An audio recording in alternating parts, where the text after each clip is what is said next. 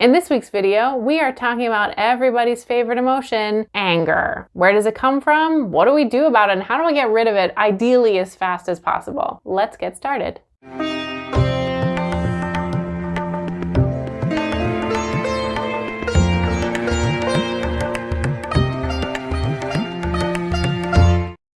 Hey, Leslie Huddard here. And this week we're answering a question from one of our community members, and she writes, I have been finding myself very quick to anger lately, and nothing seems to lessen it. It comes on quickly and it's overpowering. I would love some strategies and tactics to help me not get so angry, and if I do, I would like a way to dispel it quickly. Thank you. You are not alone in this question. Anger is one of the most problematic emotions that we really feel, and I'm going to give you a few strategies and also some things that might surprise you in this video. So what we're going to talk about is I'm going to give you 2 mind shifts to make that will help you make a big difference in your relationship with anger. And for each of those, because I'm a practical healer, I'm going to give you a practice step that you can do. So mind shift number 1, and this might surprise you, is the shift I want you to make in your understanding is that 1, anger is a helpful messenger. Anger is a helpful messenger. Anger is like that stranger that comes up to you in public and says, hey, I just want to let you know you have this like massive piece of food in your teeth and I just thought I should let you know.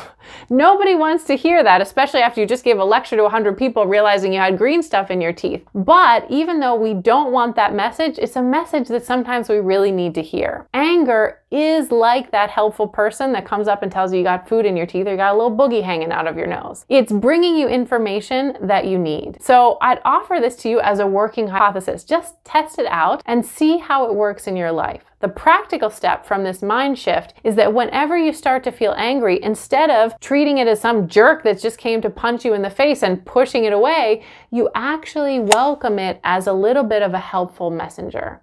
That can be something like, that's interesting. I'm feeling really angry right now, and give it a little space and assume that it's there for your benefit. If that same stranger comes up to you in public and you punch him in the face and push him down the steps, he never gets the ability to actually tell you that you had a big piece of leafy kale in your teeth and you're embarrassing yourself in front of 100 people. So anger is a helpful messenger. Number 2, mind shift that I want you to make is that anger is not a primary emotion. Now, take this as a working hypothesis. You don't have to take it as true. But in my personal and professional 10 plus years working experience, I believe that anger is not a primary emotion. What that means is that there's always something else that's underneath. Anger is actually a cover for something underneath. Usually that's something like feeling hurt, feeling scared underneath, but because those emotions are too threatening to feel, we actually go to anger instead. So the practical part of this mind shift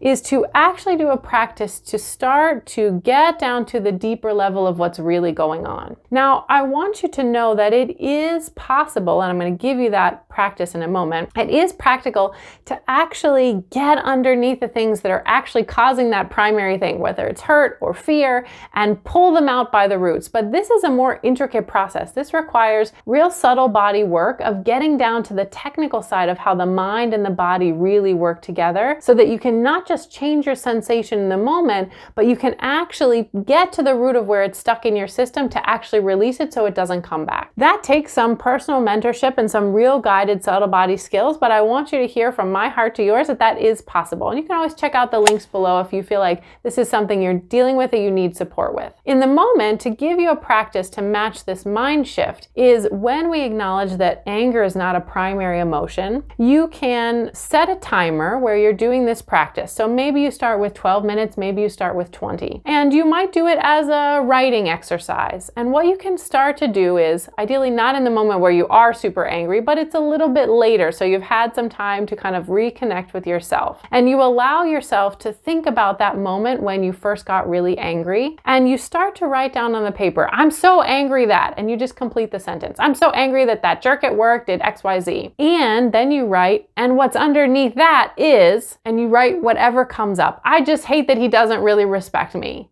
And What's under that is, I actually just feel like nobody at work really likes me. And what underneath that is, and this reminds me of that shit that happened when I was in grade school. Whatever it is, whatever comes up, free association, you start drilling down underneath of what I'm really angry about is, and what's underneath that is, and what's underneath that is. And you keep going to start to see and put some practical aspect to this mind shift that what anger is really about is generally not what it is on the surface. If you can make these two mind shifts to really welcome anger as a bit of a helpful messenger in your life and as a barometer for what might need to be looked at to create more happiness in your life, and then to see that anger is not about what it's really about. It's not a primary cause. It's probably covering over something else, and start to explore and get more tools into what that is actually about. You will get more freedom and less fear around anger, and you might even start that it starts to come up less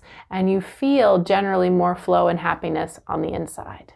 You are a soul with a body and you deserve great things. You can get the skills you need to actually release the trauma from the past, and I'm here to help you if you feel called and aligned. Check it out, reach out, and we'll talk more. Have a great day. I'm rooting for you.